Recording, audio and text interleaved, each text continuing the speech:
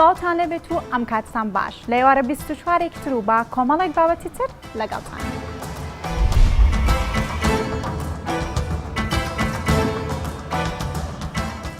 لە ئەڵمانیا کوردەکان بە کۆمەڵ خواردنی کوردەواری دروست دەکەن و لە مزگەوت بەیەکەوە بەربانگ دەکەنەوە.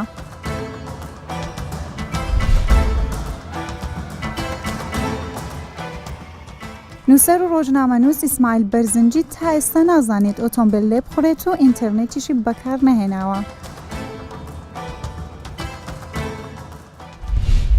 مانگی ڕەمەزان لە هەموو سوچەکانی ئەم جیهانەدا مانگی یەکگرتن و بەیەکەوە بوونە. لەم مانگەدا کوردە موسڵمانەکانی ئەوروپا بە شێوەی کولتوری کوردەواری مانگی ڕەمەزان بەیەکەوە بەسەر دەبن. لەبەر زۆری کاتەکانی بە ڕۆژوبوون و هەروەها نەناسینی کولتوری مانگی ڕەمەزان لە وڵاتانی ئەوروپا و پاراستنی نەرێتی ئاینی لەم وڵاتانە لە ئەڵمانی هەفتەی دووجار کوردە موسڵمانەکان کۆ دەبنەوە بە ئامادەکردنی بەربانگی کوردەواری نزیکەی 200 کەس بەربانگ پێکەوە دەکەنەوە. ji bo iftara Remezanê xanimên Kurdan li Almanya mijûlî çêkirina şîvên kurdewarî ne li gor kultura welat.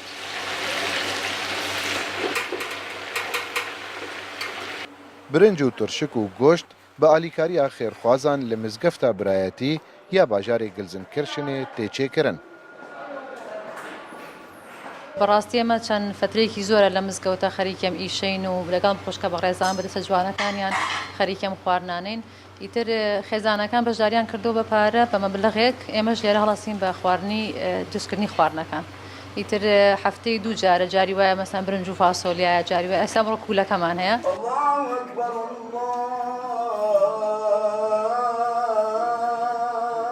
لەگەل بانگا ئازانێ و خواردنا خورمە و ئاڤێ ڕۆژی ئەوان ئیرۆ بداوی هات. مزگەفتی ji bo wan bûye hewêneke malbatî têda hevdîtin û hevkarî dibe.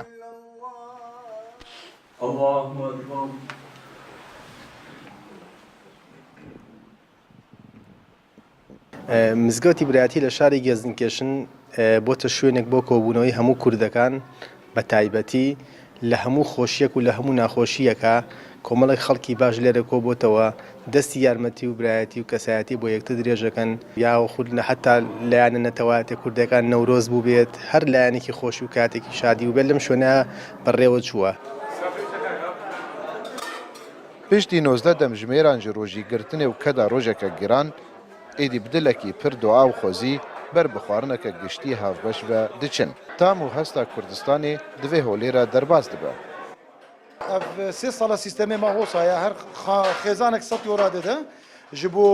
meha Remezanê em çên hemî cim'a û şembiya îftarê çêkin bo zalama teqrîben 8 heta 100 kesa Afreta jî teqrîben 8 heta 100 kesa tên. Sîstemê me grupê min cihêl gel min em bes tehzîr etken xişketina xwarinê çêdikin ya me bes têkirina gel bangê em tehzîr etken û têdikin.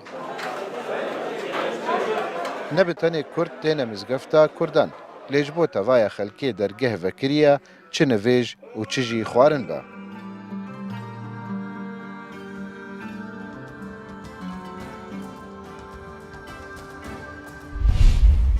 مزگەفتی گەورەی زاخویەکێکە لە کۆنترین مزگەوتەکانی دەڤەری بادینان و مێژووی دروستکردنی دەگەڕێتەوە بۆ ساڵانێکی دوور و درێژ بە جۆرێک کە هەتا مێژووی دروستکردنی ئەم مزگەوتە دیار نییە بەڵام بەڵگەی دیروکی دەڵێن کە ئەم مزگەوتە لە سەردەمی مرنشینی بادینان نۆژەن کراوەتەوە.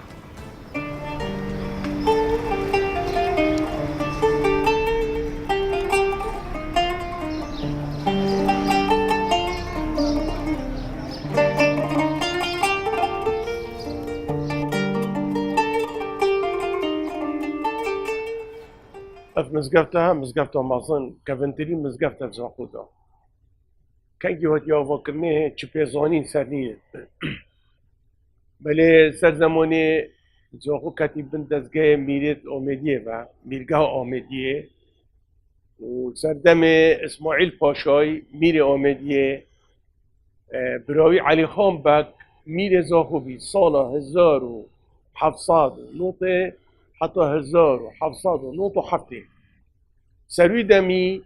evî Elîxan Bekê gelek şûr û karê taze bû zaxûyê kirî. Êkiş wan ev mizgefte. Ji bilî ev cihekî nivêjê û qutabxanekî ayînî bî أفلت خواندت قلت فقه وقالك آينية بركتي يعني علماء بركتي جبيرت دتشوت في مدرسة.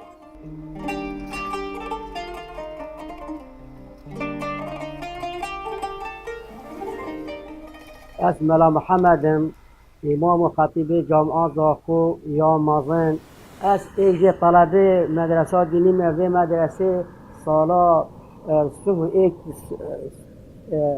سوه ایکی هیواده 1967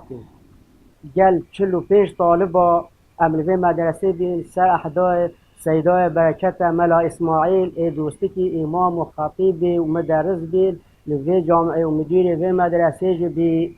عمل بن امیر 45 طالب رسمی هبین و یه خارجی نوی که 40 تا هبین خارجی دوامت کرن و اول تصویر مهینگه و موجودن.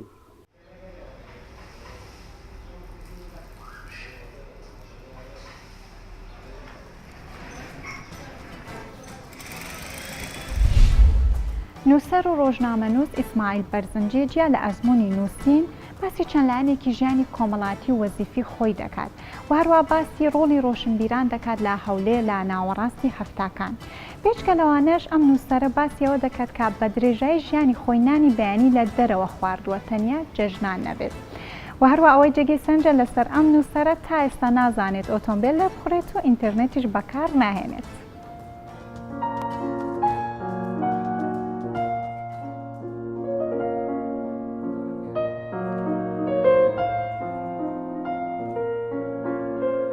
باپیرانم کاتی خۆی لە ناوچەی دێلێژە و قەلەداغەوە هاتوونەتەوە ناوە و کەوتینە هەولێر و قوتابخانم قۆناغەکانی خوێندنم هەمووی لە هەولێر تەواو کرد. خەونم ئەوە بوو ببم بە مامۆستا، یعنی لە پۆلی شەشی ئامادەی بە ئانقەست وەڵامی پرسیارەکانم هەموو نەدەدایەوە، چکە دەبزانی پەیمانگەی مامۆستایان نمرەی زۆر بەرزی ناوێت. پەلەی ئەوە بوو زوو بووم بە مامۆستا. وا بوو بوومە مامۆستا لە گوندی لێڕەمیر لە ناوچەی خەلیفان ساڵی 1970 لە پاڵ کاری مامۆستایی خوێندنەوە نووسین بەردەوام بوو.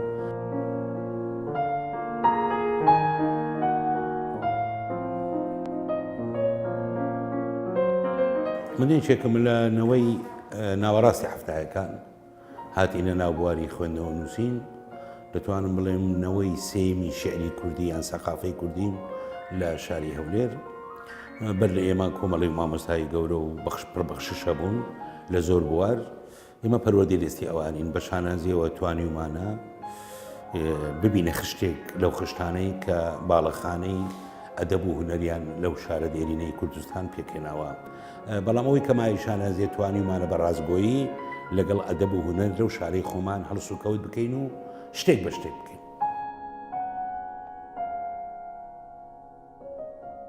ئەو باڵەخانەیە کە ئێستا تێدا دانیشتینە یەکەم قوتابخانەی ڕسمی بووە لە هەولێر لە دوای دروستبوونی دەوڵەتی عێراق لە ساڵی 1930 ئیفتاح کراوە، بە شێوەیەکی فەرمی کراوەتەوە. لەو قوتابخانەیە جوو مەسیحی، کورد، عەرەب، سابیئی، ئەرمەنی هەموو نەتەوە و ئاینزاکان کە لێرە دەژیان لەو قوتابخانەیە خوێندویانە. منیش هەر خۆم قوتابی ئەو قوتابخانەیەم، بەڵام لە قۆناغی دواتر لە 60ەکان هاتمە کە ناوی قوتابخانەی ئەربیل الئولا بوو، واتە هەولێری یەکەم. ئێرە کەلکی خوێندنی تێلا نەما، کەوتە ناو بازاڕ و بینایەکە بەرەو داڕومان دەچوو. بیرۆکەیەکم بۆ هات بیکەین بە موزەخانە و ئەرشیفی پەروەردە. دەمێک و ژۆشتم کۆ کرد بەوە لەولا. لە بواری ئەدەبیشەوە من گۆشەنووسی تەنز بووم لە زۆربەی ڕۆژنامەکانی کوردستان، لە کوردستانی نوێ، لە خەبات، لە گوڵان، لە باس، لە تەنزم نووسی ژمارەیەکی زۆر تا حدەکانی یەکشم لەو قەڵەمانەی کە لە تەنزدا باسم دەکرێت. دوو دیوانی شعریم بە چاپ گەیاندووە، لە بواری تەرجەمە کار دەکەم. بەڵام داخی گرانم ئینسان دەگاتە خۆناغێک تووشی بێزاری دەبێت. من لە گەنجیمەوە ببینیم نایەت سبەینەک لە ماڵەوە نانم خواردی، تەنها ڕۆژی جەژنان نەبی. تەقسی هەولێر زۆر خۆشە بەیانیان نان خواردنی، دەردەچم بەیانیان زوو چایخانەی قەرداران کۆمەڵە برادێکمان هەیە لەوێ دادەنیشین نانی بەیانی دەخۆین و تۆزە چیش گفت و گۆشتی خۆش دەڵین و دواییش هەر کەسە بەرەو کاری خۆی دەڕوات.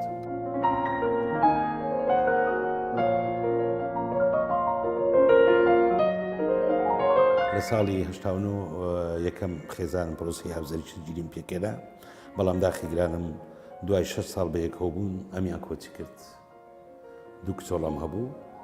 بەڵام دوای ئەوە ئافرەتێکی پڕ لە سۆز و مێهر بوو بە هاوسەرم توانی ئەو دوو کچەم بۆ دروست بکاتەوە ئێستا لە ماڵی خۆیان و مامۆستانە و دەرچوو حقوقن سێکسی تریشمای هەلە و خاوەنی 5 کچم و لە خانووکی 100 مەتری دەژیم و پیاوێکی سادەمان بەیانیان چۆن دەردەچموە تا ئێستا نە ئۆتۆمیل دەزانم لێ بخڕم نە پاسکل دەزانم نە ئینتەرنێت دەزانم نە دەتوانم بە مۆبایل نامە بنووسم تەنها ئەوەی من هەمە بەو قەڵەمە معاملە دەکەم و لەگەڵ کاغەزی زبی.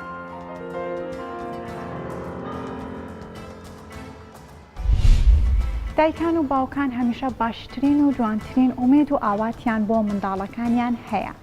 منداڵ بۆ گەشە و تەندروستیەکی باش پێویستی با خۆراکێکی باش هەیە بۆیە پێویستە لەسەر باوان و بەخێوکەری منداڵان باش ئاگیان لە خۆراکی منداڵەکانیان بێت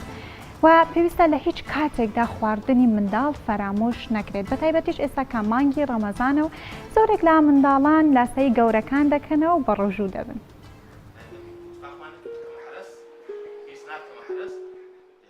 بەنسبەتە منداڵ و بەڕۆژوو منداڵ بە شێوەیەکی گشتی ناتوانێت بە ڕۆژوو بێتن چەند فاکتەرێک هەیەوا دەکاتن کە منداڵ نتوانێت بە ڕۆژوو بێتن بۆ ناتوانێت بە ڕۆژ بێتن چونکە منداڵ عادەتەن زووتر برسی دەبێتن وەک لە گەورە منداڵ هەندێک فاکتەر هەیەوا لە منداڵ دەکاتن کە زووتر برسی بێتن واتە زووتر پێویستی بە خواردن بێتن ئەو فاکترانە ئەوەیە یەکەم شت مناڵ مێتابۆلیزمی خێرا منداڵ ڕۆژ بە ڕۆژ لە گەورەبوونە ئەو گەورەبوونە پێویستی بە خواردنێکی چاکە پێویستی بە هەموو جۆرە خواردنێکە پێویستە دانا بڕێتن بۆ خواردنێک کە پێش ڕەمەزان دەیخواتن بۆیە پێویستە ئەو خواردنە ژەمە خواردنانێک کە پێش ڕەمەزان دەخواتن بەردەوام بێتن لە هەمان کاتی ڕەمەزاندا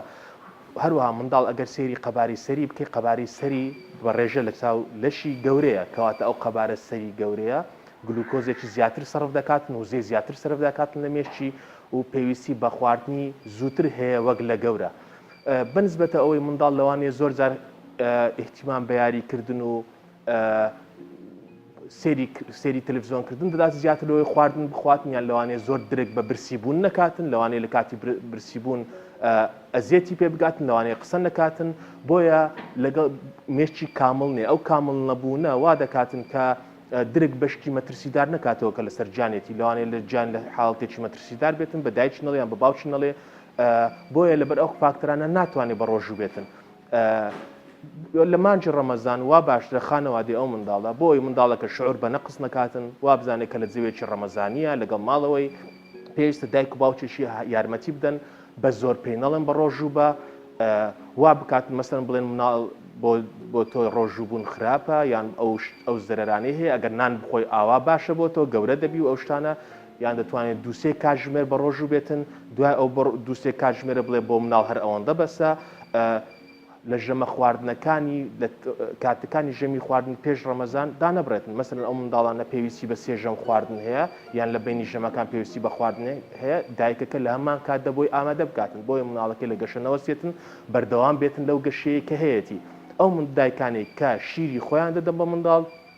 ئەو دایکانە ژوا باشترە کە بە ڕۆژوو نەبن بۆ بە ڕۆژوو نەبن چونکە ئەو دایکی کە شیر دەدا بە منداڵ دایکی شیر دەر پێویستی بە خواردنی باشە بۆی شیرێکی باش بداتە منداڵەکەی ئەو شیرە باشە لە کاتی ڕەمەزان ئەگەر بە ڕۆژوو بێت دایکە کە ئاو ناخواتەوە خواردن ناخوا و ڕێژەی شلەمەنی لە گیانی کەم دەبێتەوە کار دەکاتە سەر شیرەکەی کەواتە کار دەکاتە سەر شیرەکەی لە بڕەکە و لە جۆری شیرەکەی تێک دەچیتن ئەو منداڵە لەوانەیە خواردنی تەواو وەرنەگرێتن لە ڕێگەی ئەو شیرە بۆیە وا باشتر دایکی شیر دەر بە ڕۆژوونە بێتن لەوانەیە دوای ڕەمەزان بتوانێت تەعویزی ئەو ڕەمەزانە بکاتەوە بەس ئەگەر منداڵەکەی داببڕێتن لە شیر خواردن یان شیری دایک کە زانایان و پزیشکان لە هەموو دنیا پێیان باشە شیری دایک لە یەکەم شەشمانجی تەمەەن تەنها شیری دایک بدرێ بە منداڵ بۆیە پێویستە دایکی شیردەر ئەگەر پێی بکرێتن بە ڕۆژوو نەبێتن ئەو منداڵانێک کە تەمەنیان گەورەترە 12 ساڵ دەتوانن بە ڕۆژوو بن ئەوانی چۆن دەتوانن بە ڕۆژوو بن دەبێت چاودێریەکی چڕی دایک و باوچیان لەسەر بێتن لە هەرچ منداڵێک لە چ کاتێک منداڵەکە هەستی کرد جێژە بێتاقەت بووە عارەقێکی زۆر کردوتەوە نیو ساعتیش پێش بەربانگ دەبێت پێی بشێن بە زۆری چونکە ئەو کاریگەری هاتنە خوارەوەی شەکر لە گیان کاریگەری لەسەر گیان دەبێتن ئەزیەتی مێشک دەداتن ئەزیەتی گیان دەداتن لەوانەیە کاریگەرێکی هەتای لەسەر گیانی ئەو منداڵە دروست بکاتن بۆیە هەر منداڵێک بە ڕۆژوو بێتن پێویستە بەرەبەر لێ ڕابێنرێتن مەسەرەن بۆ یەک ڕۆژی یەکەم 6 ساعت بە ڕۆژی دەبن ڕۆژی دوای ئەو دەکەن 7 ساعت دیسە بەرەبەرە زیاد دەکات تا ئەو کاتی دەتوانێت بە ڕۆژوو بێتن ئەویش وا باشتر دوای دا بۆ 12 ساڵ ئەو کارە ئەنجام بدرێتن لەژێویش لەژێر چاودێرێکی چڕی دایک و باو بۆی هەر کارێک ماکی برسی بوون لەسەر منداڵەکە دەرکەوت دایک و باوکەکەی لێ ئاگادر بن و خواردن دەمە منداڵەکەیان. 3 ساڵ بەر لە ئێستا نرخی بنزین لە هەرێمی کوردستان بە شێوەیەک بەرز بووە کە هاوڵاتیان نیان دەتوانین بە ئاسانی بنزین بکەنە ئۆتۆمبیلەکانیانەوە. هەر ئەو کات بوو کە وەستا ڕۆستەم بیرۆکەیەکی بۆ هات کە ئۆتۆمبیلەکەی لا بنزینەوە بگۆڕێت بۆ غاز. دوای ئەوەی کا بیرۆکێکی فراوانتر کرد ئێستا خەڵکێکی زۆر سەردانی وەستا ڕۆستەم دەکات تاکە ئۆتۆمبیلەکانی ئەوانیش بکات با سیستەمی غاز. لەبەرەوەی غاز بۆیان هەرزانتر دەکەوێت تاکو و بنزین.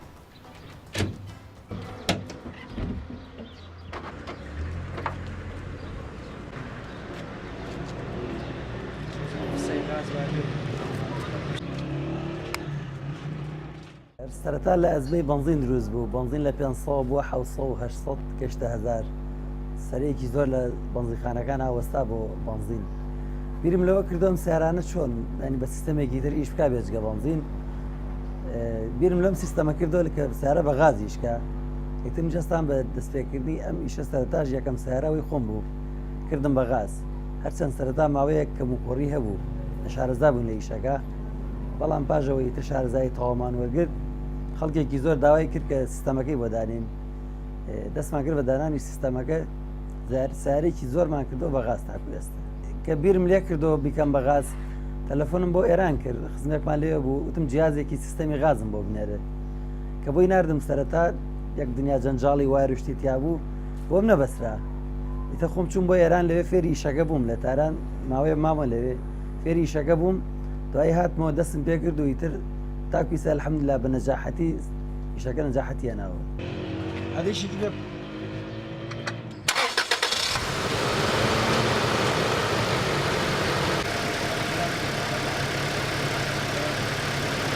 ئەمە سویچەکەی تۆ لێراوە داگرسێ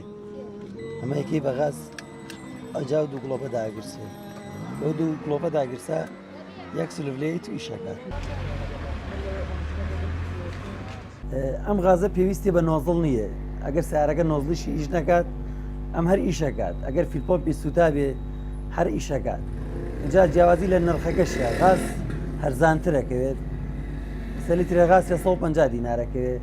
حل لەم کاتا لیترە غاز 675 دینارێت لیترە بنزین جیاوازێکیەوەنە فەرقی هەنی نیوە نیو ئێستا مەرزیەک لە هەولێر هات بووم کرد بە غاز وتی مانگانە 400,000 مانیا بە بنزین ئێستا 200,000 بە غاز وتی ئەمە فەرقی زۆرە بۆ ئێمە ئەی لە دوو مانگە پارەی جیازەکەی بۆ گەڕێتەوە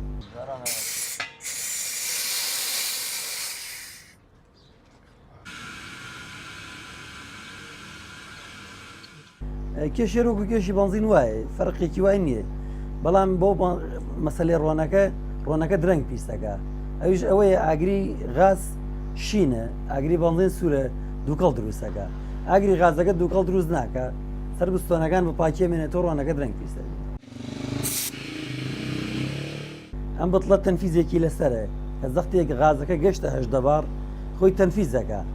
لە هەمان کاتا بڵەکە خۆی تەحملی 27 بارەکە لە 27 بارە اینجا تەنفیزەکە ئەم غازەی ئەمە زەختەکە قەت ناگاتەوە نەکە بتڵ بتەقێنێ بیشگاتە حاڵەتی ئەوە مەگەر لە ناو ئاگرێکی زۆرە ئەم بڵە بڕبێت لە غاز ئەو کاتە مەگەر بتەقێتەوە ئەویش ماوەیەکی زۆر بڵەکە لە ناو ئاگرا بمێنێتەوە طبعاً ئەم سیارەی من 3 ساڵە کردومە بە غاز و زۆر زۆردێکی ڕازیم هیچ کێشەیشی نییە حەزی شەکەم هەچی کەسی دۆست ئەحبابی کە منە ئەم سیارەکانیان بکەن بە غاز چون کێشەیەک لەوە نبینم کە سیارەکان کە کراون بە غاز لەو ئەوڵەوە کێشەمان هەبوو کێشەیەوەمان هەبوو کە چۆن پێکەین غازەکان بەڵام ئێستا کێشەمان نییە الحەمدوللا معمەلێک هەیە لەو خوارەوە معمەلی عەبابەی لێ غازمان بۆ تێئەکا غازیانە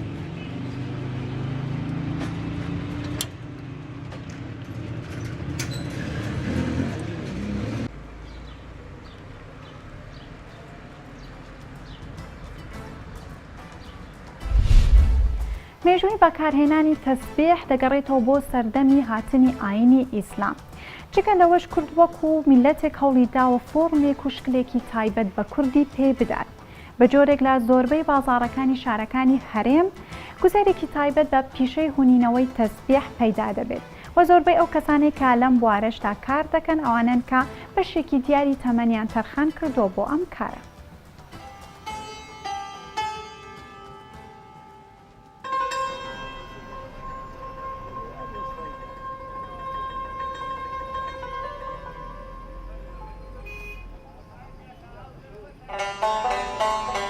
من ناوم جەبار عەلی کەریمە خەڵکی گوندی خاوێم تقریبا ئەوە 15 ساڵە لە بواری تەسبیحە ئیشەکەم خۆم هەر حەز و هیوایەتێکمە بۆ لەگەڵ تەسبیحە و لە هەمان کاتیشە ئێمە تەسبیح زیاتر بۆ مەسلەی دینی بەکارهێنین تەسبیح تەسبیحاتی پێەکەین و ذکر و تەهلیلی پێەکەین ئەنواع جۆرمان هەیە قەزوانمان هەیە قەزوانەکان بڵێن چەند شێوازێکیان هەیە ئیسا خاسن کۆمەڵێک قەزوانی ئیشی دەست دروستیەکەین خۆمان قەزوانی ئەبلەق هەیە قەزوانی حەمەسووری هەیە دەست نەخش هەیە لاسوورە هەیە قەزوانی سیوەیدی هەیە ئەبلەق هەیە لاڕەشە هەیە یعنی چەند جۆرێک قەزوانمان هەیە قەزوانەکان بڵێن لە ئەبلەق و شێوازەکانیان جیاوازە.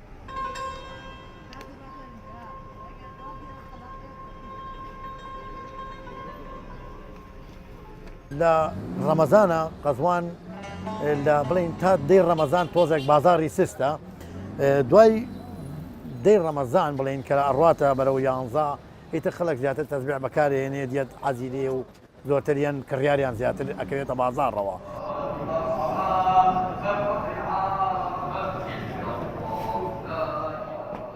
تەسبیح کەلیمەیەکی ئاینیە بە معنای سوبحان اللهیەت. تەسبیحیش کە ئەم شتەی کە دانراوە ئێستا بڵین تەسبیحاتی پێ ئەکرێ و ناوەکەی بە تەسبیح دەرچووە ئەمە حتمما بوعدێکی ئاینی هەیە. دوای نوێژەکان 33 جار الله ئەکبەر و 33 جار الحەمدولیلا و 33 جار سوبحان الله ئەمانە ئەکرێ بۆ ئەوەی خەڵکانێک لێیان تێک نەچێ ئەم تەسبیحە بەکار ئەهێنن. هەر لە زمانی پێغەمبەرەوە هەبووە صلی الله عليه وسلم هەتاکو ئێستا بەڵام شێوازەکانی جیا بووە ئەو کاتە پێغەمبەر صلی الله عليه وسلم کە ڕەتێک تەشریفی چۆتە ژوورەوە بۆ ماڵی خێزانێکی سەیرەکە کۆمەڵێک ناوکی خورمای داناوە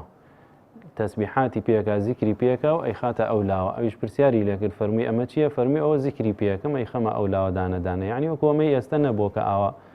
بکرێتە پەتێکەوە و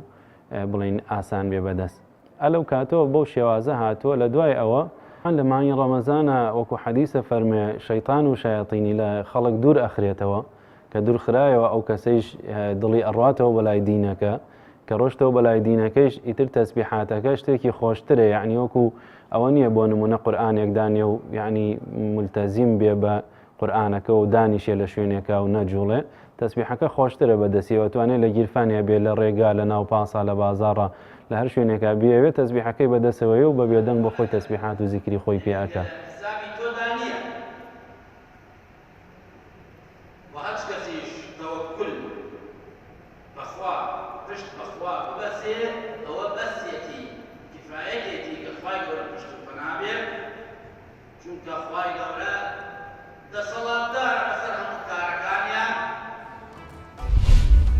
هیوا دەخوازم ئەم مانگە ببێتە مانگی بەرقەراربوونی ئاشتی لە سەرتاسەری جیهاندا. کاتێکی خۆش.